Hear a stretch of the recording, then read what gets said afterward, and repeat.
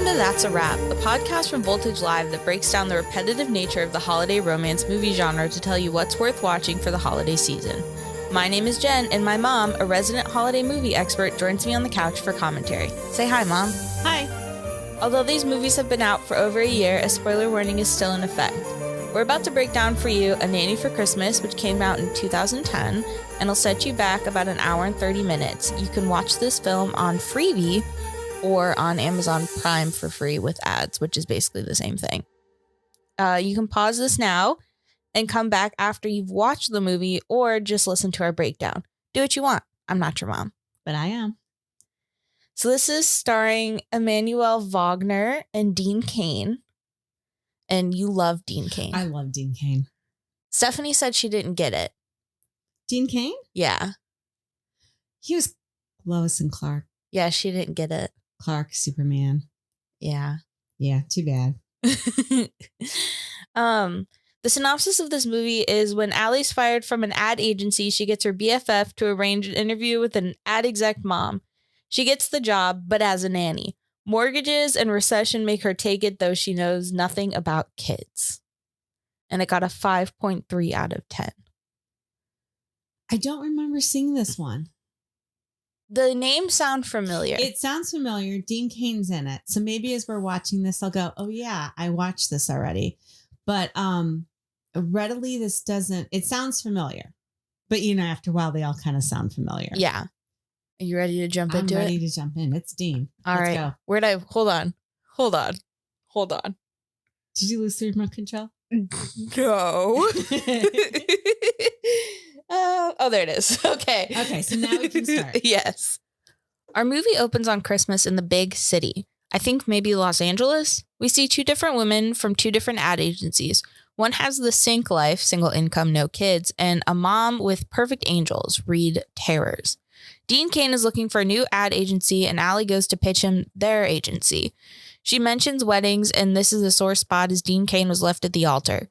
Allie gets fired for blowing this big sale, and she now needs a job, so her friend gets her an interview with the best ad agency in the game. Okay. So we've just had our first ad break. Things are not looking good for Allie. No, they aren't.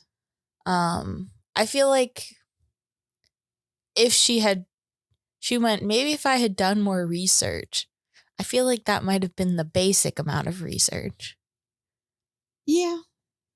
I mean, if somebody that famous got left at the altar, yeah, you would know. Yeah. I almost didn't recognize Cain at first. Really? Yeah, with the little beard. I've only ever seen him clean shaven. Ah. Like in that movie with Melissa Joan Hart when they were newscasters. Yeah.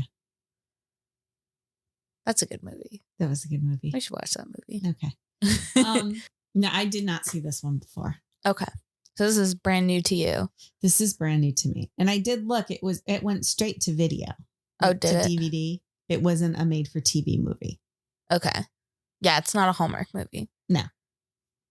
So it's well, that would have been the time in 2010. Yeah. A lot of things were direct to DVD. Correct. Because no one was going to see movies. I don't know who all produced it, but it went straight to video. Okay. Or DVD. So what are your thoughts thus far? Oh, well, they're doing a really good job setting everything up. Yeah. Like you can see the connection. You know where it's going to go. Well, maybe you don't. If you didn't read the synopsis, you probably wouldn't know where this is going to head. I mean, kind of. When she was like asking about the nanny, like they put a lot of emphasis on asking about a nanny. Correct. Yeah, they did. So, spoiler alert, chances are it's going to be interviewing for the nanny. Yeah. Not Fran Drescher, though. No. Another great show. Not the nanny. Not the nanny. But a nanny. Yes. And according to the synopsis, she does not know anything about kids. So they're going to be in for some wacky hijinks. I'm sure. This is a synopsis that has happened in many type of scenario that has happened in many different types of romance movies. Yeah. Allie fangirls over Samantha during her interview, and Dean Cain calls, but not being nice, well, about anything really. And Allie finds out that she's actually been hired for a nanny for Samantha. Although, once again, she knows nothing about kids. The kids are surprisingly nice. As soon as their mom leaves, though, it's Grill City. These kids know nothing about being kids, and they're like tiny adults. These kids are really unsettling me with the amount of politeness. Yes, and they keep calling their mom mother. Yes. I only call you mother when you're either being obnoxious or you want something. Yeah. I thought as soon as Samantha left that they were going to turn around and just become hellions. Yeah. But that is not the case. It is not. Even their little prank, per se, was not very pranky. Prankish. No. But the giggle was fun. The giggle was fun. So these kids need help. Yes. But Allie doesn't want to Samantha doesn't want Allie to deviate from the rules. Right. So I don't know how this is going to happen without her getting in trouble. I'm sure they will find a way. I'm sure she will get in trouble at some point. Well, yeah. I'm sure it will come to light that she's not a real nanny. And she's an ad agency person. Right. But the person that Samantha is going to try and get as a client is the reason why Allie was fired. Correct. So that should be an interesting scenario when all is said and done. Yes. But I don't know who the character with the raspberry scone is. I feel like I don't think Dean Cain is going to be the love interest. I don't think so either. I think he's the villain. I think he's the catalyst, maybe. Maybe. I think that maybe the person with the scone is going to need some help, and I think Allie's going to be the one who's going to help him to land the client. Yeah. That's what I'm thinking. Ooh. Interesting. Yes. So when she gets in trouble for being a horrible nanny and deviating, this will magically save her. Yes. But that's pure speculation. We go through the kids' day to see how boring it actually is. As they're reading Shakespeare, Allie decides to have them act it out instead of just reading it in full costumes. The kids seem to like this, and Allie continues to modify the activities until she gets caught by Samantha. Samantha is not pleased, so you know what Allie does? Reads them a freaking Christmas ghost story. They go to see a Christmas tree lot Santa that's a little sketch. Okay, so break number 3. Yay.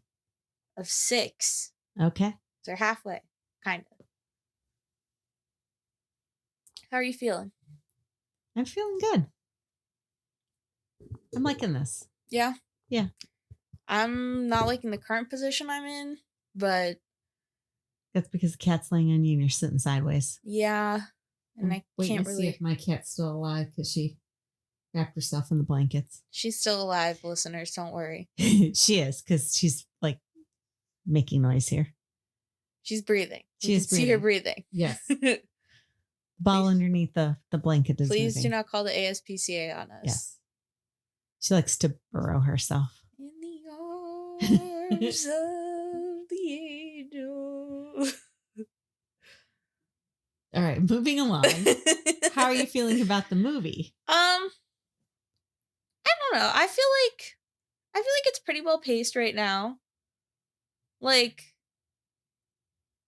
the kids are obviously like opening up. She's gonna get in trouble. Oh, yeah. More than she already has. Right. But I don't know. I think I'm waiting to see when the other characters are gonna come play a role. Yeah. Mr. Scone Man. Mr. Scone Man, yes. And Dean Cain.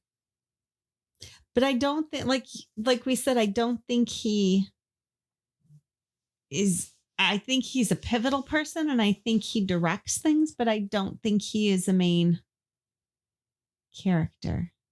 Then why is he listed as the second person? Because back then he was the man. He was the star power. I mean, Cynthia Gibb had some. Is Cynthia Gibb Samantha? Samantha Gibb, yeah. Okay. Sorry, Samantha Gibb. No. Cynthia Gibb plays Samantha. Samantha, yes. Okay. Cynthia Gibb plays Samantha. Okay, that makes sense. And she was in the TV series and stuff back then. Okay, that makes sense. I'm just waiting for like the plot to pick up at this point. A lot of backstory. Yeah. But building. Yeah, but we're doing a lot of world building right now. Yes. So I'm waiting to get that payoff, so to say. Well, you're actually seeing the relationship with her and the kids, which I think is important. Yeah. Because they're already showing loyalty to her. Yeah. Allie takes the kids to brunch and then to visit their mom at work. She finds Scone Guy again and asks him out on a date, and then they decide to go out again and pick out a Christmas tree. She flat out lies to him about what she does, and I don't like that. Didn't he say he had something that he wanted to tell her at dinner? Yeah. Did he say what it was? Yeah, that she looked beautiful. Oh, because he's getting really sketch about the phone and his picture being taken. So I thought that maybe... No, but like she didn't even get our email addresses. So the sketch is, who is she taking pictures? That's Allie's friend. Oh, right. So the friend is doing this is like, oh, you're a cute couple. Let me take your picture. Da da da da da. The friend's being the sketch. Oh, okay. And he's like, what is going on? Why are you talking to me? Why are you taking my picture? And oh, by the way, how are you going to get the picture to me? Because you didn't tell me how to email it. Okay. That makes a little more sense. But since we're paused, at this point in time, I don't like them together. Really? I don't like you mentioned the deceiving. Yeah. I don't like that. It's based on a false pretense. Yeah. So when the truth inevitably comes out. Yeah. It's not like mistaken identity, like how she ended up getting the nanny position because miscommunication. She just is kind of covering the fact that she's a nanny. Yeah. Allie's friend tells her to come clean, but Allie says no. Samantha flat out rejects Allie's proposal of working for her ad firm, but asks her to nanny during the Christmas party where Scone Guy is going to be. So what are you thinking? I don't like that she's being so deceitful. See, that's the problem I have. Although she's trying to come clean. But she didn't try hard enough. No. But she did try and make a pitch to get into the ad agency through normal route. Yeah. I don't know. I mean, like, she's got to come clean before this Christmas party. Or else... antics may ensue? No, they're going to ensue. Not may. They will. They will. And Donner's going to be there. I would put money Donner's going to be there. Think he will? The Scone Guy? No. Dean Cain. Oh, Dean Cain. Right. I didn't learn the guys' names. So it's just Dean Cain and the Scone Guy. Okay. Well, Scone Guy will be there. No, Scone Guy will be there. Because Scone Guy is probably going to ask her to go. Or at least meet him there. Yes. Yeah. And then she's going to have to complain about being a nanny. But somewhere along the line. It's got to happen soon. We're over halfway. Yeah. Dean Cain, though, has got to come and discover that she's there. And she's the one who brought up the marriage that didn't happen. The wedding that wasn't. He may not find out about it until after Justin does the pitch. Scone Guy does the pitch using some of her ideas. Do you think they just Drew Barrymore'd him? Oh, yeah. Dean Cain? Yeah. They just put him on the... Because on the cover art for it, he's like smiling and... It gives you the impression that he's the male lead. Right, but he's not. No, and actually none of the guys have much airtime on this right now. I mean, we're halfway there and they barely got any time on here. Yeah. Interesting. So the romance part of it is very kind of low key. It is very low key with this one. This one is about the relationship between the boss and then Allie. Yeah. Allie and Samantha. So that's all I got. And the kids. Yeah. It's a lot about the kids. I'm not liking it. No, it's good. I'm liking it. I mean, for a 2010 Christmas movie, that's pretty good. It's pretty good. But it wasn't cheaply done. No, it wasn't. There's no PowerPoint slide transitions. No PowerPoint slide. I know you missed that. Oh, yeah. It's the staple of, one could say a Hallmark. But it wasn't. No, it wasn't. Okay, you said you would never have a nanny. Well, yeah, because they would go through my stuff because she's going through this stuff. But not all nannies would go through your stuff. Well, that and the fact that my kids are all adults. But she's also not a nanny. But she's snooping, and you know what she's going to do? No. She wrote down Cal's phone number. The father. Oh. I bet you she's going to try and get him home for Christmas. Ah, that is a good prediction. Yeah. That is a good prediction. Scone Guy is coming to the house while Allie is working and goes to hide. Okay. For as huge as this house is and as spotless as this house is indicated by her crawling under the bed to hide, I never see a housekeeper. No. It's movie magic. It's also movie magic that those kids are just not screaming, even though in their first seconds of screen time, they were just screaming. Like at a certain point.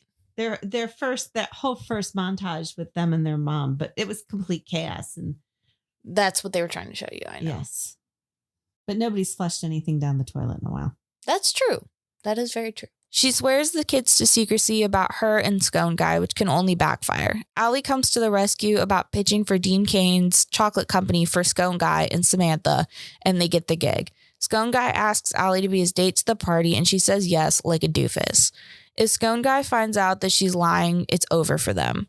She comes up with an insane plan to be two people at once. Dean Cain is at the party and recognizes Allie, and she's about to get caught by Scone Guy when she's still lying to Scone Guy. She did try to come clean when... Oh, no. All right, so... Oh, no. Let's set the stage here where we're at in the movie. Oh, no. We've got less than 20 minutes left. So Allie, the nanny, is at the Christmas party because she has to bring the kids. So she's there as the nanny with the kids, with Samantha, the big company party. She's getting introduced to people there as the nanny. In the meantime, Justin now has come. Scone Guy. Yeah, the Scone Guy, Raspberry Scone Guy. And she hasn't told him the whole thing. The kids are kind of playing lookout. So the kids kind of know what's going on. They're about the only ones that know what's going on. And that can only backfire. And in the meantime, Donner, chocolate guy, Dean Cain, is there. And he kind of recognized Allie. Yeah. He did like a double take. Yeah. Like she looked familiar, but maybe couldn't quite place her. Yeah. And now Justin, Scone Guy, has the microphone.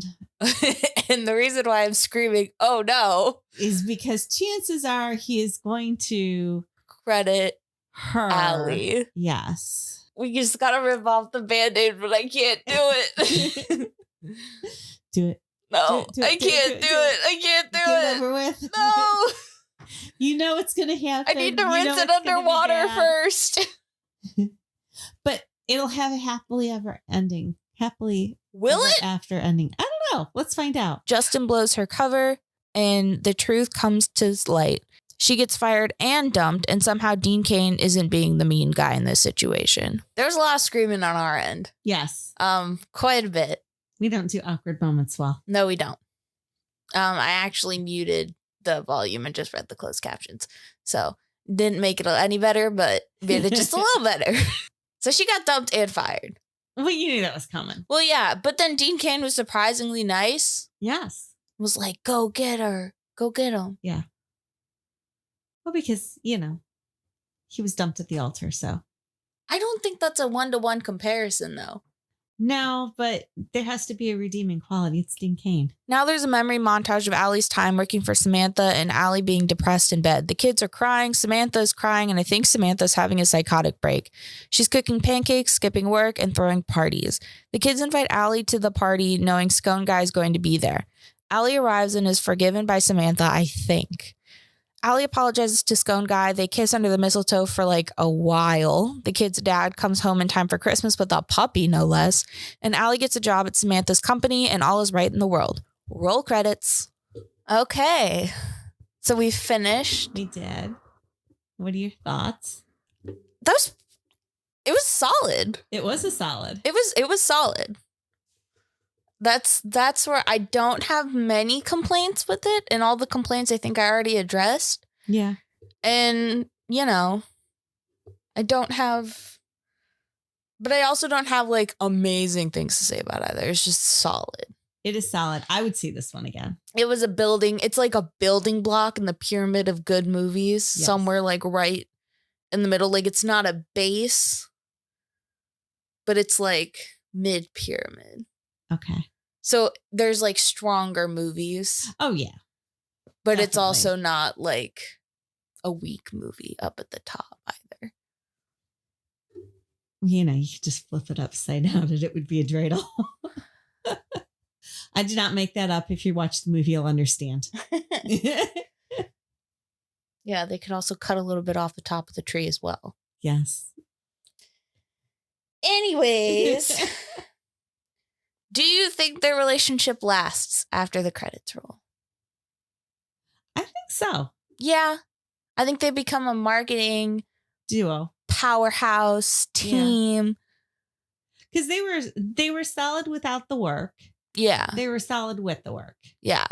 And Despite the minor lying. offense of lying. Yeah. But they are good together. Yeah. And they had some chemistry, although the kissing at the end didn't look very convincing to me. No, it didn't. They kissed for like a while too. Like there's no music. They were just there, just macking on each other. So I have some reviews. Pat and Chris gave it 2.5 stars. One of the only comically terrible no-budget Christmas movies that had the courage to also produce a comically terrible no-budget titular song by Danny Pizza for the credits. Neil Stud, 1.5 stars. Lost interest about the time I realized Dean Cain wasn't going to be the nanny. And Georgie gave it 0.5 star, saying Dean Cain isn't even the romantic lead, ? Yes. He got Drew Barrymored. He did get Drew Barrymore. Do you want to explain what that means to? So to get Drew Barrymore, if you don't know, Drew Barrymore was marketed as the it girl for Scream, which is one of my favorite movies. And spoiler alert, she gets killed off in the first 10 minutes of the film. So that's what you call getting Drew Barrymore, is when you are on all the promotional material and you're like marketed as the lead, but you're really not. You're the name. Yeah. And Dean Cain was the name. Dean Cain was the name.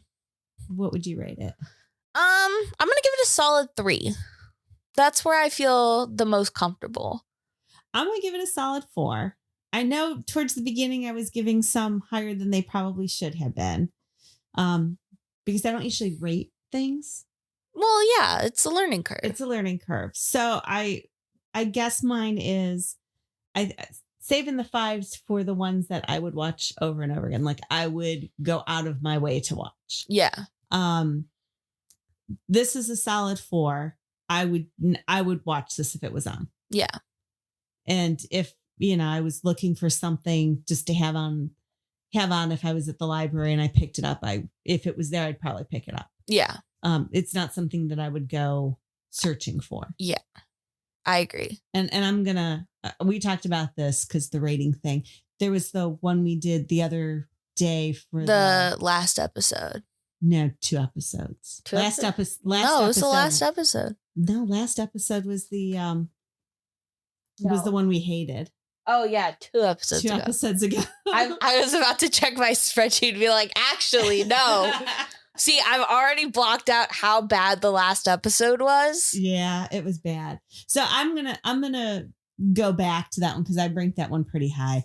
I did like it. It was a fun thing. I would never turn it off if it was on because I thought it was cute, but I would not rate it as a 5 because I would not go out of my way to go find it. Okay.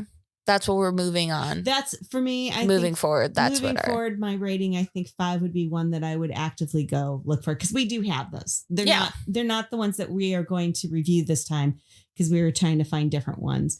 But we do have our go-tos. Yeah. That every year we just kind of watch. And a new little feature for the community that's listening, the people that are listening. If you're listening on Spotify, there is a poll underneath the episode that says you can vote whether or not you think that the relationship will last after the credits roll. Ooh, yeah. I can't wait to see how this goes. So hopefully, if you're listening on Spotify, you can do that. If not, you can always hit us up on Voltage Live and let us know your thoughts.